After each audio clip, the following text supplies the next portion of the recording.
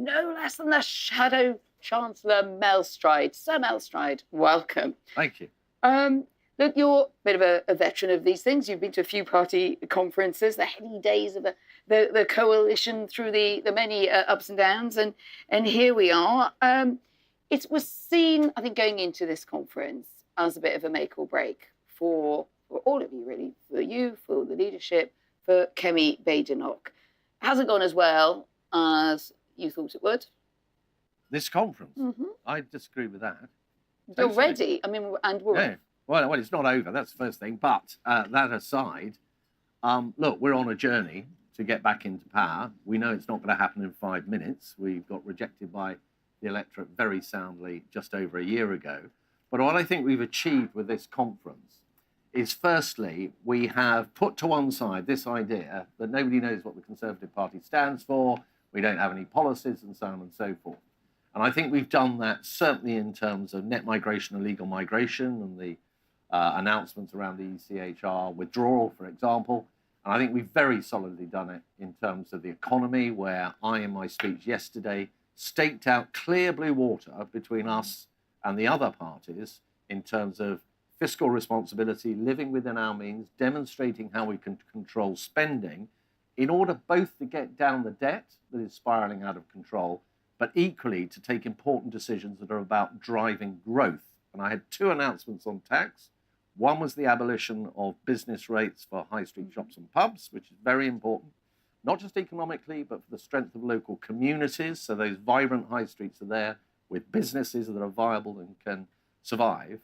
But also very important for the economy, because we need to get business going. We are the party of business. So fiscal responsibility, business, growth, and the economy is something I think we've landed firmly at this conference. You got a nice full pub here, but we were disappointed when you saw all those images when you were giving your speech. Some people had some pictures of the hall looking a bit empty. So actually what happened, the truth, folks, if anybody's interested in the truth, was the security didn't let half of them in, right? There was a huge queue outside, huge queue, okay? There was a strike wave. There was, genuinely. And what happened was we were rehearsing right up to about 10 o'clock when my speech started. And at that point, the doors were absolutely firmly shut. You needed about 6 passes to get in. And nobody seems to have properly told the security people that we'd actually started and they were to let people in. So if you look at the end of it, actually, it's a pretty full hall. So I don't think there was any lack of interest. Sort of Spinal Tap, maybe. Well, it is, yeah. But anyway, there we go. There we go. Yeah. Now, this, I mean, you don't want to be a bit of a buzzkill at the start of the interview, but it was Lord Frost, of course, who negotiated the Brexit withdrawal treaty. Boris Johnson said he read the mood here as being, and not a lot of people say this about this conference, but this is what he had to say, he said, far too positive. The party's still in an extremely bad situation on the edge of ceasing to exist. Kemi Badenoch said to me in an interview last week it was a distressed asset with poor quarterly returns. I'm not sure that, your former business life, you would have much enjoyed hearing that when it came to a board meeting. Is there a bit of an unreality here that, yes, some things are, sessions are enjoyable, people are enjoying their moment to address the faithful. How seriously do you take your underlying situation? Well, look, we've got a long way to go. But anybody in here who thinks they know the outcome of a general election in 4 years' time is a genius or a fool, okay? Because we live in highly uncertain political times. It's very volatile electorally. If I was a socialist sitting here, and heaven forbid, I would say in 2019, you would have said to me just now, Mel, you've had the biggest defeat that the Labour Party has suffered since the 1930s. How are you ever going to get back into power? Well, we know what happened 5 short years later. So what does it take for that? Is that relying on a kind of volatility argument? Well, there is a clear volatility. Look, if you look at people are less tribal, they're less rooted to the mainstream political parties than they were. In fact, if you take the combined vote of Labour and the Conservatives at this last election, you'd have to go back to the 1920s to find a time when it was as low as it was at the last election. People are fracturing. We're in a multi-party system at the moment, overlaying a first-past-the-post electoral system, which will throw up all sorts of potential outcomes from the different polls. But volatility is now a worldwide phenomenon. So if you were looking at Pierre Poilievre in Canada before that election, He was 23 points ahead in the polls, and we all know what happened. He not only lost it, he lost his own seat. Albanese wins in Australia, similar kind of thing. He wasn't expected to. The SDP back in the 1980s weren't Reform were up at 31, 32%, something like that. The SDP were above 50% back in 1981, 82. In the 83 election, they won about 25 seats. So this thing is wide open. And the more interesting question is actually, given all of that, what is it we've got to focus on right now to make sure we maximise our chance of winning and delivering? Flesh out for me what you mean what sort of event would need to happen? Are you thinking about an adverse fiscal event? Are you thinking about like a crash in the markets? What would, and we can come on to what you've got control over in a moment, so I don't think I'm not going to go into that. But when you say, is it volatility just because the party landscape is more fractured? Or are you actually suggesting there could be something that was quite big and returned the economy to the front of people's minds, maybe ahead of some kinds of identity group politics that are obviously taking. So I'm not going to get into sort of predicting the future, but let me take a couple of make a couple of observations. One is the political terrain could change to the extent that stopping small boats and illegal migration is no longer the number one salient issue in the country. It could be that actually it's gone way down the list. Okay, so now Nigel Farage's shtick around that has been taken away from him. Okay, it could be that the mess that this government has made around the economy gets significantly worse, and in a world in which Labour have destroyed the economy, Reform have had the light of truth shone upon them, that scrutiny around their fantasy economics, their promises of doing all these fiscal things but no plan to back it up, that a party that sets out its stall as I did yesterday, as the party that says the economy must live within its means, the country must do that, we must pay down the debt, we must be fiscally responsible, has a real salience at that point. Now, I'm not saying all those things will happen, but the world will change dramatically between now and the next general election. And as I say, anybody who says, given where we are now, that any particular result is going to occur, I think is sort of singing in the wind. Yeah, just tease you a bit in response to that, Mel, and say, is it chicken licking? Oh, well, the sky could fall in. Yes, the chicken. Well, no, you drew me into this scenario. I wasn't relying on it. You are. That was very naughty, but very journalistic of you. I may say that. Oh, good. I might keep my job. You're not a professional journalist, are you? I thought we were having a chat down the pub. I mean, I've never met you before. I'm just having a drink together, you know. I suppose, if I speak a bit, talky, I can throw a bit chicken dick, and is that really what you've got, as to, something really terrible could happen, and then we'll come back. No, not at all. I didn't introduce that part of the discussion, and that's not what I'm saying at all. One other observation, though, is I think Rob Ford, who's a great psophologist, has actually done a little bit of work recently, looking at opinion polls and looking at where those opinion polls were separated by a period of 2 years. So going back to, I'm guessing, about 2010. And if you look at how they've changed in every series of 2 years, there is very little correlation or ability to predict where those polls would go 2 years later. And that feels about right, doesn't it? I mean, 2 years ago, would you have expected for Labour to be down here? They just run away. You probably wouldn't. The same thing will happen in 2 years' time. They will shift around quite dramatically. Right, you've got to come back into your sense. We'll come back, yeah. Now, one thing you have, which you said, is within your control to decide is what kind of argument you want to put up on spending and on cuts and savings. So you announced 47 billion of spending if the party were to win the next election in this happy scenario, or whatever scenario it would be that happened, to restore credentials for sound money and balancing the books. So that sounds like your promise. Is that very consciously to draw a line under the Liz Truss era, the ill-fated mini budget? I mean, you've had a bit of an exchange of a bit of a sword fight over the summer about when she said, well, actually, you were kind of part of the problem when she was around in power. I still feel there's an uncertainty about how to deal with that era. How do you feel is the best way to deal with the Truss era? So I think you're right in the premise to your question that it is something that needs to be dealt with, actually. And I gave a speech to the Royal Society of Arts probably about 3 months ago now, in which I addressed head on what happened at the back end of 2022. And I said that mistakes have been made. Incidentally, I was chair of the Treasury Select Committee at the time of that budget.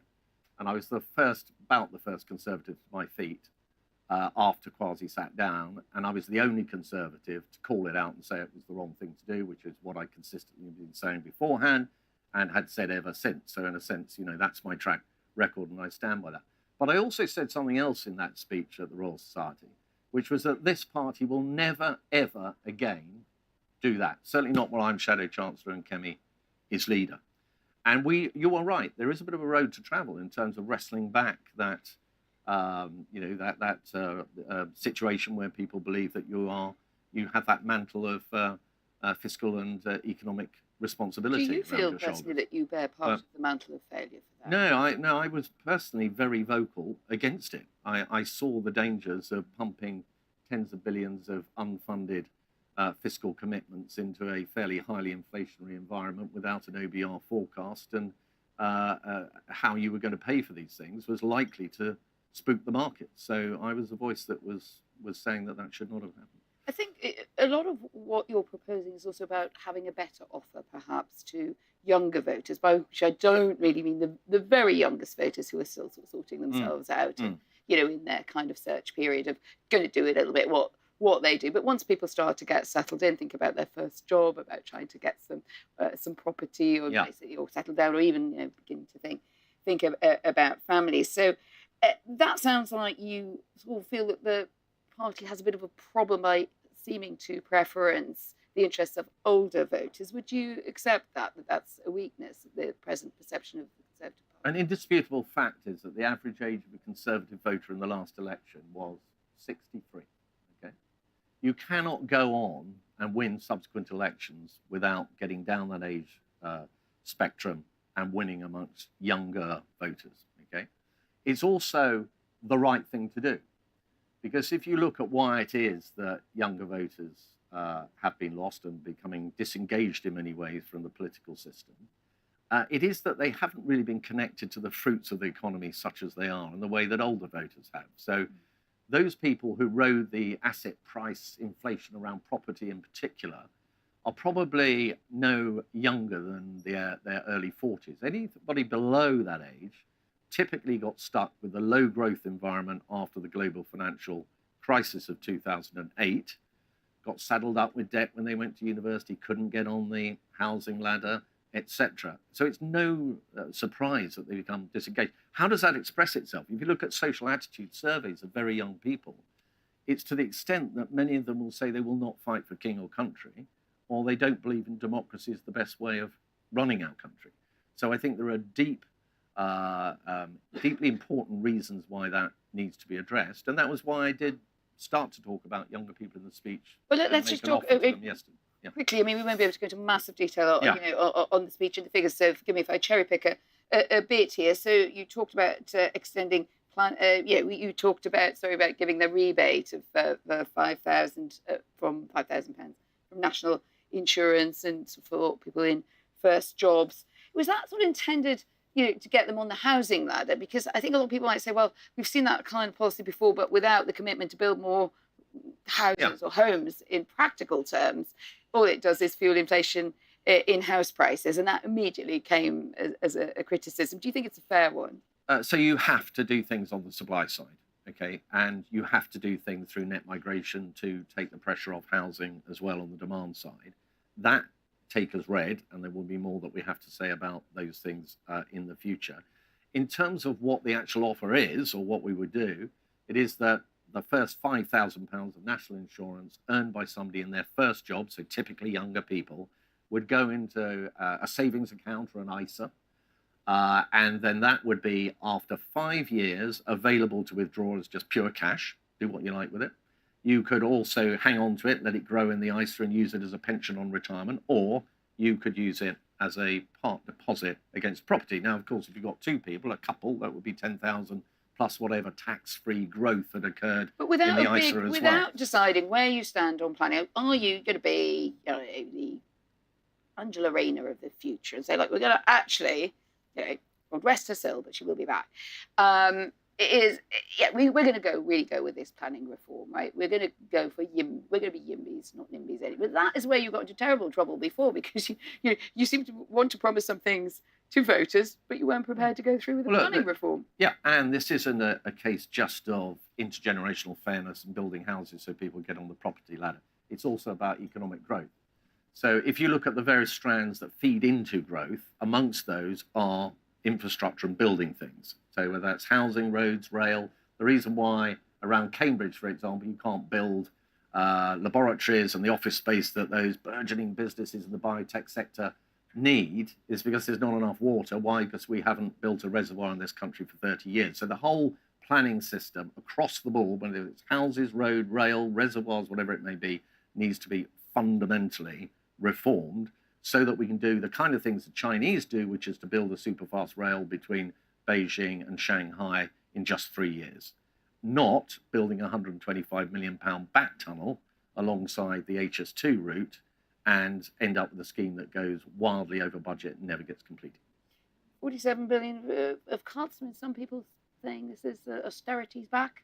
2.0, 3.0, whichever kind of austerity we're on now. Well, I would dispute that. And look, one argument we've got to win if we're going to get out of this economic bind is this assumption that the only way you get better public services is to tip ever more cash into them, okay? We've got to start talking about productivity, got to start talking about and how we're going to realise the real productivity gains, for example, through artificial intelligence. Now, when I was at DWP receives about 20,000 pieces of correspondence a day. Used to be thousands of human beings open this stuff, reading it, and all the rest of it. AI can do it through a program we developed called Whitemail in about an hour and prioritise the people who should get the first attention. You can leverage job centres and the caseloads of job advisors through using artificial intelligence. You can clamp down on fraud and error in DWP by using AI rather than warehouses full of people going through paperwork trying to find people that are making errors in their universal You're still talking about credit codes. No, we're talking about, yes, look, DWP has 90,000 people working it, 90,000. With AI and these systems, you could get that number dramatically down and improve the service. And my Whitemail example is a perfect example of that. Why would you have hundreds of people dealing with correspondence less effectively than AI doing it more effectively? Great news for DWP employees here today. Well, yeah, but hold on. No, this is important now. If you want a more successful economy, you do not want to be preserving jobs just because they just happen to be there, right? You want people moving in an economy to where the more productive activities are. This is a really important point. Fair point. Yeah. Fair point. Let's talk about tone at the conference as we lead into Kemi Badenoch's speech tomorrow, the grand finale. Now, today we had a moment, a dramatic speech. Robert Jenrick, I mean, taking out the judge's wig in his conference speech, promising that he would get tough on judges who, as he said, blur the line between adjudication and activism, but sort of waving the judge's wig around. And then there's comments reported this morning that he made visiting Handsworth in Birmingham. They didn't see another white face, etc. Now, this is quite a heated form of rhetoric. How do you feel about it? So, as to your latter point, those are not words that I would have used. And having said that, everybody chooses their own words. The question has now been asked, which may be your next question. Well, does the fact that he said that make him a racist? No, I don't believe it does at all. But yeah, I think everybody chooses their own words, and I'll be frank and say that they're not words that I would have chosen. And would you say that to Robert Jenrick? Yeah. Yeah. Do you have those conversations? Well, I haven't spoken to him on this particular matter or since it happened. So. But when you say you wouldn't, I mean, you've answered frankly, so thank you. You would not have used those words. Why would you not have used those words? And do you see any risk in that being the sort of tone, the choice of words, the lexicon of the Conservative Party?